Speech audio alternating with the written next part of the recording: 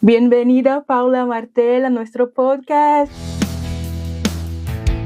Llevas más de 15 años trabajando en proyectos culturales.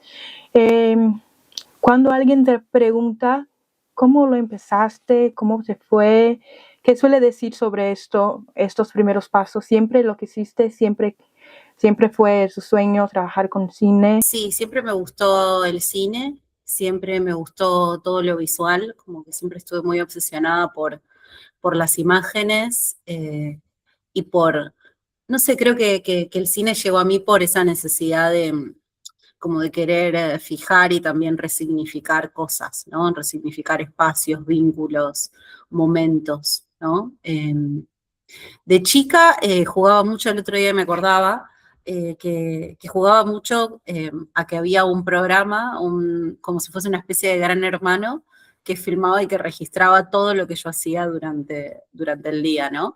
Y, y creo que eso, bueno, no sé, me permitía imaginar que colocaba, no sé, cámaras en lugares de mi casa y había objetos que les daba el sentido de cámara, por ejemplo, muy gracioso, el tubo del papel higiénico, colocaba varios y decía, estas son mis cámaras.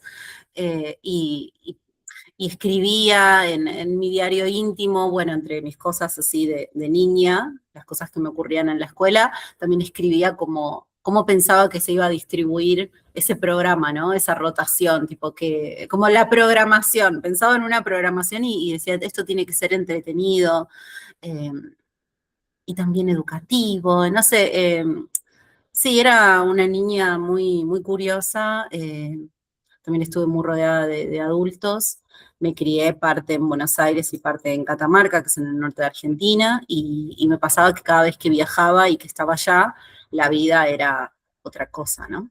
Era como que la vida se ampliaba en colores, en paisajes, en sensaciones, en texturas, en olores, en, en diversidad, ¿no? También. Entonces, bueno, creo que ahí empezó a surgir una especie de curiosidad por el otro, por los otros, por las historias, por entender que hay otro mundo allá afuera, otras gentes.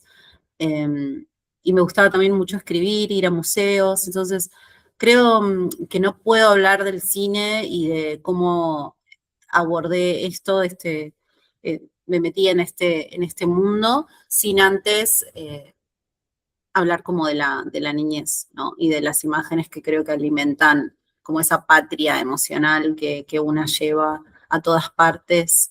Eh, y cuando me preguntan cómo me metí, bueno, siempre como que vuelvo a esto, ¿no? Que es algo muy lejano también y creo que también cuando uno se mete como en estas memorias o en estos recuerdos o te preguntan, bueno, ¿cómo fue tu infancia?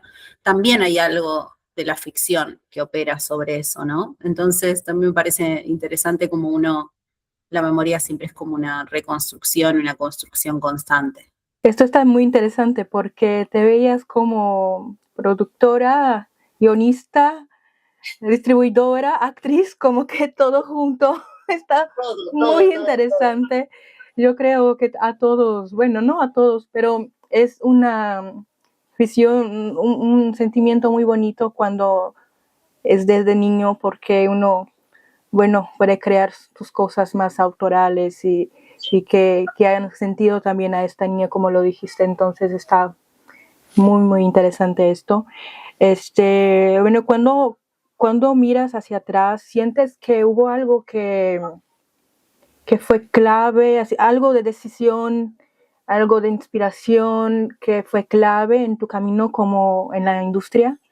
Cuando me decidí estudiar cine, yo primero empecé a estudiar ciencias políticas, porque fui a un colegio aquí en Buenos Aires que incentivaba mucho lo humanitario, las relaciones internacionales, la diplomacia, humanidades, ¿no? Que también eran disciplinas, materias que me gustaban muchísimo. Y bueno, como siempre fui como una persona muy curiosa, entonces de chica pensé que en este sentido de aventura que iba a poder, no sé, estudiar algo como antropología para poder trabajar, estudiar, entender a otros, interpelar a otros, pero también me interesaba mucho la acción, ¿no? Y el ofrecer soluciones, el hacer cosas. Entonces, por eso me metí en ciencias políticas. Fue como una especie de descarte. Y ya llevaba como el tercer año de la carrera.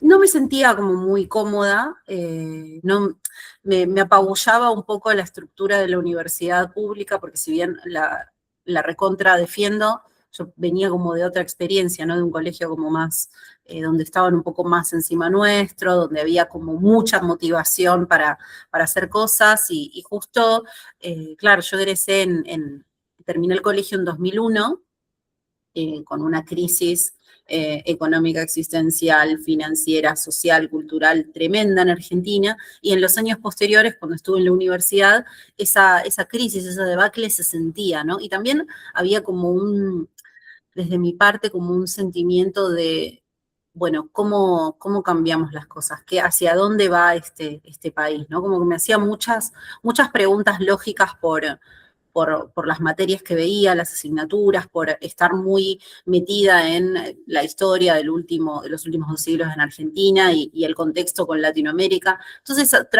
quizás a través de esa sensación de impotencia, una vez voy a ver una película al Malva de Glover Rocha. Y hubo un momento en El monstruo de las 7 cabezas o El león de las 7 cabezas, donde sentís que como que se quiebra esa cuarta pared, donde hay unos personajes que recitan un texto que es como un texto muy subversivo, muy de resistencia, y es una película, bueno, filmada aparte en África, creo que en el Congo, y también con el actor Jean-Pierre Léaud, y era como una película tan extraña y tan nueva y tan novedosa, y sentí que lo que les pasaba a los personajes en ese momento era un poco esto, ¿no? Como este sentimiento de estar en Latinoamérica o de estar en un lugar que es opresivo, de estar en un territorio amenazado, y cómo las relaciones modifican eso, ¿no? Y sin recordar mucho del argumento, lo que recuerdo de la película es mi emoción, salir de ahí, y la película era en blanco y negro, y no sé cómo caí a verla ese domingo, y al volverme a mi casa dije, no, yo tengo que hacer esto, yo tengo que hacer historias así.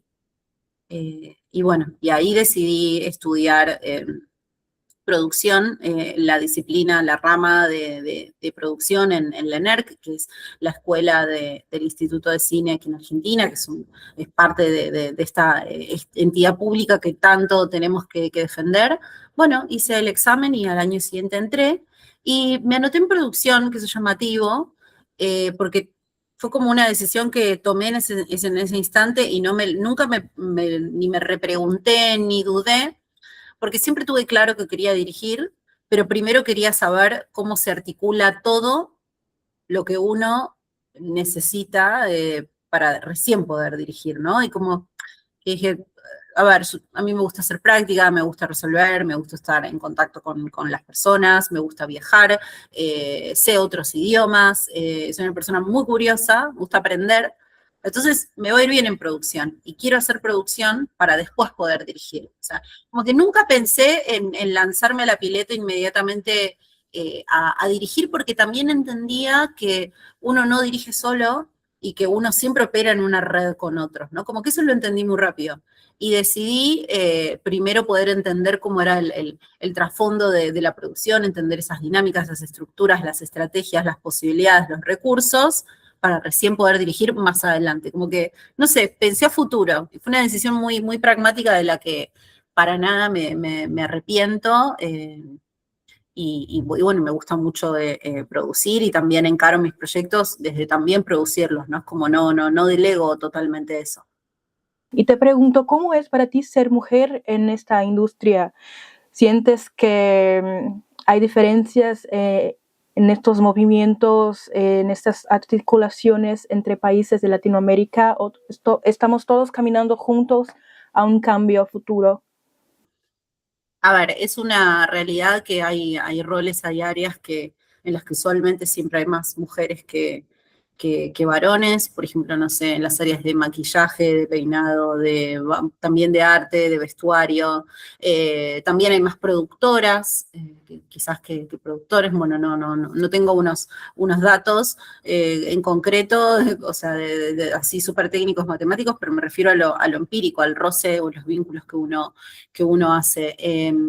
Y sin, por supuesto, desestimar esos roles que son importantísimos, creo que tiene que haber como más transversalidad, ¿no? Como, nada, poder que haya más mujeres dirigiendo, más mujeres guionando, y también varones haciendo esas otras tareas y cumpliendo esos otros roles. Yo creo como, a mí me molesta la estructura como quizás tan binaria de los roles, la asignación de tareas por roles. Creo que en lo concreto, en lo chiquitito, en lo micro, eso ocurre, ¿no? Como esos micromachismos, ¿no? No sé, por suerte cada vez hay más mujeres, viste, que son gaffer o eléctricas y que están, no sé, por ahí cargando los fierros, cargando las cosas o en cámara. El tema de los micromachismos es algo como usual que se ve o que se vive en los sets o que se vive también cuando se trabaja, ¿no? En entornos incluso con colegas o con amigos aliados o de construcción, deconstruidos. Yo entiendo que la deconstrucción es un proceso eh, lento, que lleva tiempo, que requiere de mucha introspección y de mucho trabajo con uno mismo para poder tener esa responsabilidad y ese acercamiento a los otros, ¿no? O sea, no creo que la deconstrucción nazca de un día para otro, nadie se deconstruye de un día para otro, y bueno, y a veces cuando se trabaja en entornos con compañeros varones, uno nota mucho eso, ¿no? Como ciertas actitudes o gestos de que, bueno, como de que las mujeres estamos quizás más orientadas al sacrificio por las metas, a la ejecución de las tareas desde un lugar, o como que o no podemos levantar la voz, o como hay cierto sesgo hacia la actitud, el comportamiento, los gestos de las mujeres, incluso en el cine, que eso sigue existiendo y eso sigue pasando, y también es algo que dinamita y erosiona un poco la convivencia, ¿no? Y el armado de los grupos y de los equipos. Me ha pasado de trabajar, por ejemplo, una vez en un corto con todas mujeres, todas compañeras mujeres, y nunca tuvimos un problema, nada. Fue un cortometraje que después le fue muy bien, que estuvo en muchos festivales, que la directora siempre tenía muy clara su mirada y lo que quería contar, y armó ese equipo de mujeres, no desde una imposición de solo voy a trabajar con mujeres, que también eso me parece como, no sé, no estoy de acuerdo con las poses, sino como con las decisiones que vienen como desde adentro, ¿no? Y cuando, por ejemplo, teníamos tutorías o consultorías, teníamos nada, gente en los talleres, en los equipos, que todo el tiempo nos hacían el chiste de, ¿y cómo se van a llevar? ¿Se van a llevar bien o, uy, no se maten? ¿Y por qué? Eso, o sea, me parece como que es muy importante revisar, es importante que existan estructuras que fomenten que las mujeres estemos más en roles de decisión, en roles decisivos, pero también que revisemos estas cosas, ¿no? Para que justamente podamos armar equipos en seguridad y en armonía, porque la producción audiovisual es compleja, porque requiere de mucho sacrificio, de mucha voluntad, de mucha coordinación, de personalidades, eh, es algo muy humano, ¿no? O sea, lo humano no puede quedar afuera. Entonces hay que revisar estas cosas antes también de empezar, no sé, qué sé yo, a no solo crear las políticas que son importantes y que tienen que estar, también en lo cotidiano esto tiene que verse transformado y verse transformado para bien. Y uno, cuando arma un equipo, sobre todo esto lo digo como productora, eh, es muy importante sentirse seguro. Tienen que ser entornos seguros. Y cuando te equivocás, no sé, con una persona que elegiste o hay algo que no funciona, también admitir esa situación, ¿no? Como llevar esa responsabilidad desde otro lugar, ¿no? Para que no haya sentimientos de culpa también alrededor de eso, ¿no? O sea, creo que lo vincular es muy importante, y por eso es importante encontrar las personas con las cuales sí te sientas seguro, segura, para llevar adelante tu proyecto. Es imprescindible, diría yo, sí. ¿Cuál es tu gran reto? Creo que todos juntos en algún momento, pero lo que para ti es lo que más... Ay, ahí vamos, hacemos cine. Sí, el desarrollo del proyecto, sí.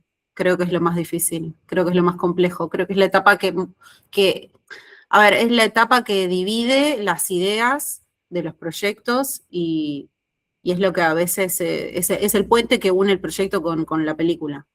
Creo que hay muchas personas que a veces subestiman el proceso o creen que, no sé. También yo advierto que hay un poco de, ese es un momento como muy, muy complejo, como volviendo quizás a tu pregunta anterior, no solo por lo que está pasando en el mundo, como un nivel más político o cultural, o cómo son las dinámicas de la gestión cultural, sino también está esta cuestión de lo tecnológico y del chat GPT y de cloud y de las herramientas de IA como si fuesen a poder, no sé, resolver cuestiones no sé, de eso, de fomento de la escritura, de lo creativo.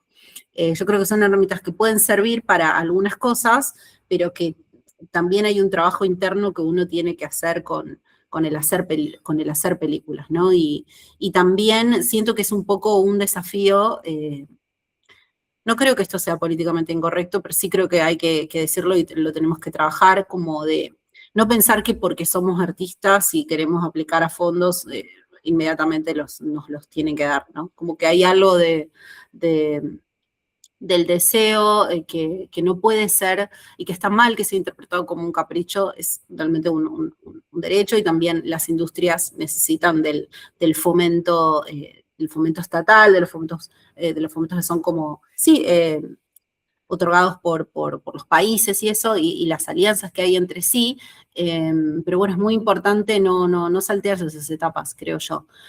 También justamente para poder prever todo lo demás, ¿no? Y para poder, eso, aliviar el impacto de la caída ante los errores, ¿no? Que también creo que a veces en el cine eh, hay muchas personas que por ahí no, qué sé yo, vienen de, bueno, querer filmar porque les parece, no sé, interesante, porque es trendy, porque es cool hacer cine, pero hay una elaboración muy compleja, ¿no? De un montón de cosas, de recursos técnicos, de personas que necesitabas para cubrir áreas específicas si un proyecto lo necesita, y no podés hacerlo prácticamente solos. Son un poco los casos de, no sé, de películas o proyectos que se pueden hacer, no sé, con un celular y una sola persona. No es tan viable, ¿no? Entonces, creo que hay que pensar en eso, ¿no? Porque es muy difícil poder producir, poder hacer no sé, un cortometraje, una película, un contenido, el que sea, sin pensar que uno se está vinculando con otras personas. Eso creo yo, y que tiene que hablar con otros. ¿Cómo le diría a estas personas que nunca postularon un festival de Latinoamérica lo que hay, lo que pueden encontrar, cómo hacer, por dónde empezar? Sí, a ver, a mí me gusta mucho lo que es como productora y bueno, y como directora también, pero como productora lo digo más desde un lugar mucho más centrado, porque también trabajo en proyectos que no son necesariamente míos, sino trabajar con otros directores, con otros guionistas. A mí el desarrollo de proyectos es una fase que me apasiona, que me encanta, la búsqueda de recursos, por más que es muy difícil, y de el armado de equipos, ¿no? Y sobre todo el estructurar y elaborar las ideas para poder transmitir qué es lo que uno quiere hacer, ¿no? Qué se quiere contar con la película y quiénes son los interlocutores posibles, ¿no? Y con quiénes lo vas a hacer, quiénes te van a acompañar en ese proceso y en ese recorrido. Y si hay un aprendizaje alrededor de eso, es que, bueno, con todos estos años en los que trabajé mucho, bueno, sí, como haciendo desarrollo de proyecto, como directora de producción, haciendo, bueno, postulaciones, yendo a mercados, a laboratorios y todo eso, es que es muy importante vincularse con otras personas. Te diría que es lo más importante de todo, ¿no? Y poner a prueba los argumentos, ¿no? Poder conversar, poder discutir, estar dispuesto a escuchar hay que trabajar mucho eso de la escucha, ¿no? Y creo que en Latinoamérica estamos como bastante obligados por lo que es el mapa de los recursos y de los fondos a tener que vincularnos entre nosotros también, ¿no? Entonces uno va encontrando los aliados y por eso es muy importante poder postularse e ir a los mercados y vincularse con la gente, ¿no? También venimos atravesados en Latinoamérica por casi te diría yo que las mismas heridas, ¿no? La misma historia prácticamente de los últimos 50 años para Latinoamérica es dictaduras, procesos dictatoriales,